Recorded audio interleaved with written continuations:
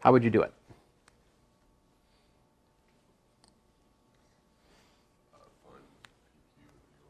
Find PQ and PR. Yeah, let's say, let me call this vector A. We call this vector B. So what's vector A equal to? Just what you said is PQ, right? And vector B would be PR. PR. Now, how do we actually calculate PQ and PR? We calculate PQ as Q minus P, right? We calculate PR as R minus P.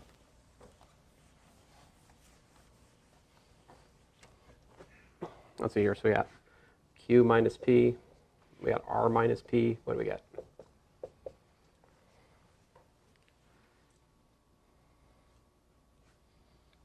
Looks like a 1, minus 2,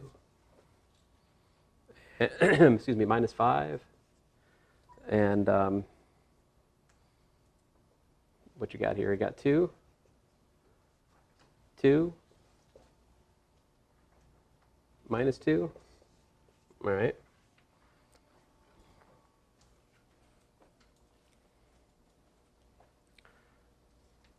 All right. So what's A dot B?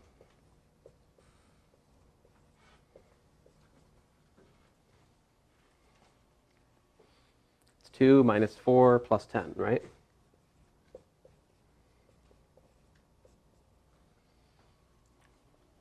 Using the definition of dot product. Again, my comment to you who have had physics versus those of you who have not had physics. You notice people around you who are just like, understand what I'm saying immediately. And then there's you who have not had physics, who you're still like, wait a minute, what was that dot product? It's okay.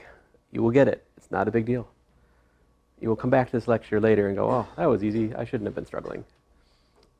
You can do it. All right, informational message over. What we got? We got 6, 8, right? What's the length of A? What's the length of B?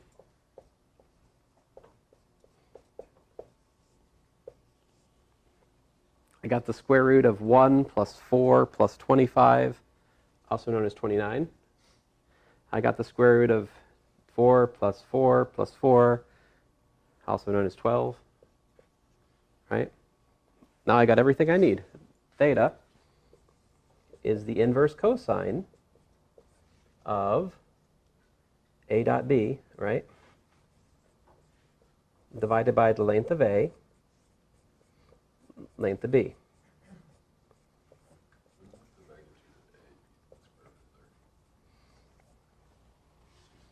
If you're saying it, it seems in...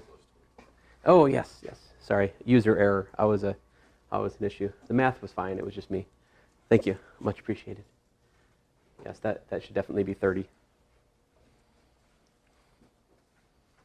I guess there's a lesson there. See, if that had been on a test and I hadn't written out, 1 squared plus 2 squared plus 5 squared is 30. I see, it'd been hard for me to give partial credit to the answer I just wrote on the board, right? I would just have a wrong number there. I mean, I could kind of see that you're sort of right, because 29 is close to 30, but, it is much safer for you to have written out the steps, which I have not written because I'm getting to that point in the board where you guys can't read fine detail, right? Am I right, Ian? Can you even read this? Yeah, barely. Sorry about that. You should bring binoculars, right? Inverse cosine, or maybe I should just draw a line that I can't draw past here. Inverse cosine of 8 over the square root of 30 times the square root of 12. By the way, properties of square roots, you can just do 8 over the square root of 30 times 12 if you want. And I'm sure that you could simplify that further. Can anybody tell me what that is? I just want to work it out. We spent this much time on it. We might as well figure out how many degrees, right?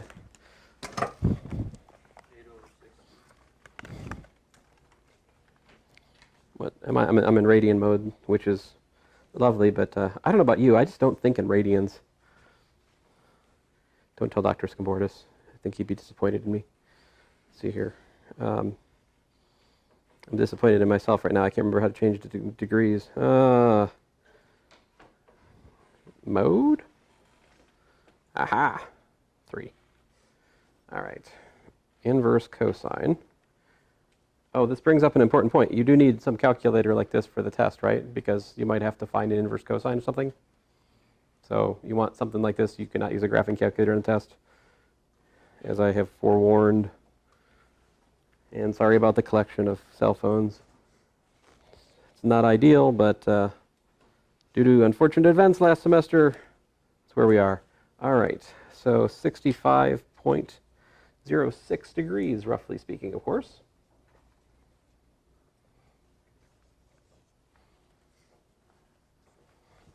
Now, take a step back and realize what we just did. We found the angle between two vectors in 3 dimensions without so much as even trying to draw a legitimate picture to visualize them, right? With less than 10 minutes of calculation. That's really pretty awesome if you think about it. That's the power of the dot product, is it allows us to find angles between vectors in 3 or more direct dimensions just with simple algebra. It also has a lot to do with projections, which I'll come back to here in just a second. So any questions about this calculation? I think in your homework, I asked you to find the angle, the interior angle for a triangle in 3 dimensions. So you've got a PQR, right? If you think about it, if you can do this example, you can do the triangle one, right? You just repeat this for different corners. And if you want to be lazy, you could use the fact that it's a triangle, right? So you know that the sum of the interior angles to the triangle is 180, right? So I think once you calculate 2 angles, the third follows for free. But be careful when you do that problem that you don't mix up which the base point is. It's a very standard mistake students make, is they kind of assume that vector A is also based over here, but it's not vector A that's based at point Q. It would be like vector minus A out of Q. All right. Remember this comment in about a week. Wait a minute, maybe this weekend. I don't know, whenever I assign that problem to you, I've forgotten. But all right, let's get back to the issue of projections here briefly. So this example, we did example 5, it kind of it frames something, which is that we could say, maybe there's a notation we could use, the projection, right? The projection into the x hat direction of A, right? The projection into the x hat direction of A is going to be what? It's just equal to A dot x hat, x hat. I mean, just to give a notation for the x vector component, we could say it's the projection of A into the x hat direction. And you could write the same formula for y hat and z hat, suitably replaced, right? Now, I had drawn the picture earlier for what that looks like. Let me just try to take a slightly different.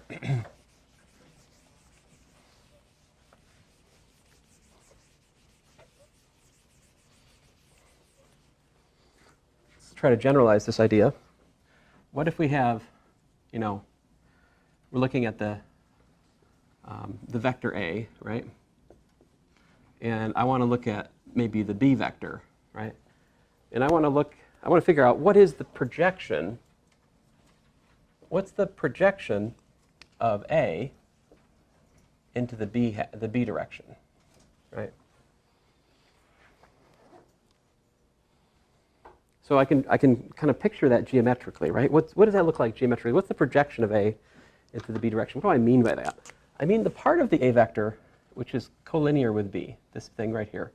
That's what that is supposed to mean, right? So what would a formula for that be?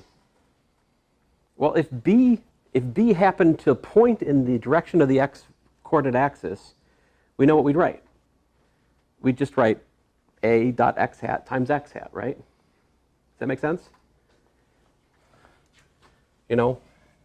If this was x coordinate axis direction, right? Then we'd simply write the projection in the B direction of A would just be what? It would be A dot x hat, right? So we need to generalize that idea, because we don't know that it's pointing in the x hat direction, right? But it's pointing in some direction. And what we need to do is find the vector of length 1 that points in the B direction. What is that vector called?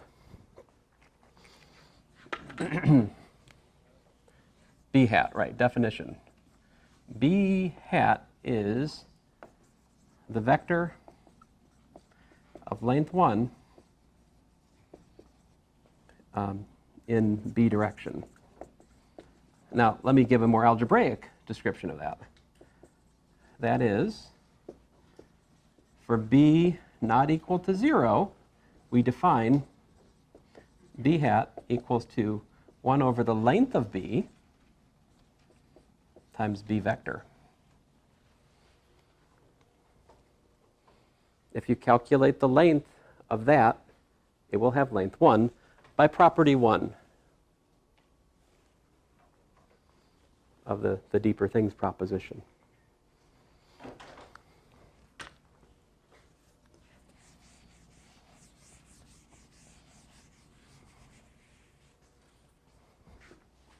Here, if you don't believe me, check it out.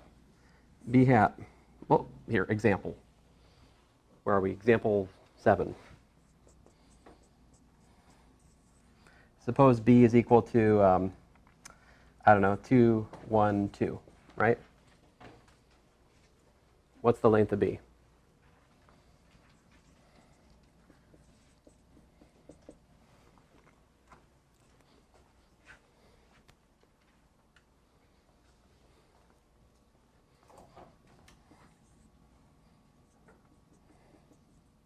It's 3. Square root of 9 is 3. So what's B hat?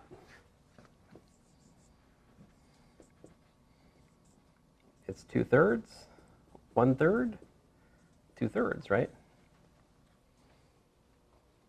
But it's more fun to write that as just 1/3, 2, 1, 2, right? See what happens when you calculate the length of B hat? The length of B hat is 1/3 times the length of B, but the length of B being a 3 gives you the length of B hat is just 1. It's a unit vector by construction. See, dividing by the length rescales the length to 1. Okay? So anytime you want to find a unit vector, all you do, take your vector, divide by its length, that produces a unit vector in the same direction. Simple as that. What if I wanted to find a vector of length 7 in the same direction as B? How would I do that?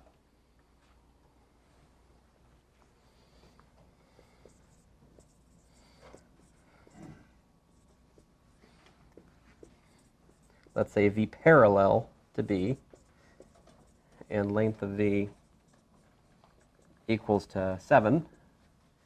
Use V equals to 7 B hat. If I have a unit vector and I multiply it by 13, it's got length 13, right? It's like building Legos. If you get 20 pieces length 1 and you put them end to end, you got a piece of length 20. I mean, think of unit vectors as sort of fundamental building blocks for vectors. All right, that's what the unit vector is. So what's the formula for the projection of A onto B then, in view of this construction? Instead of using X hat, use B hat. Uh-oh. So what you do is just A dot B hat, B hat.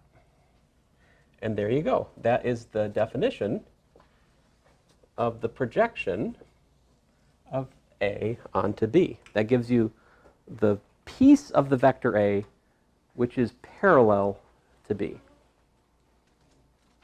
Right? There's one other thing I should tell you about. Well, I've got this on the board, and I'll shut up with this. If you draw the other piece of A, this piece right here, all right? That's what's called the orthogonal. That's orth B of A. You can prove that the dot product of the orthogonal piece and the projection is 0. They are perpendicular in the sense we've introduced today. But I'll talk more about that some other lecture. Thanks, guys. Yes. Oh, for me?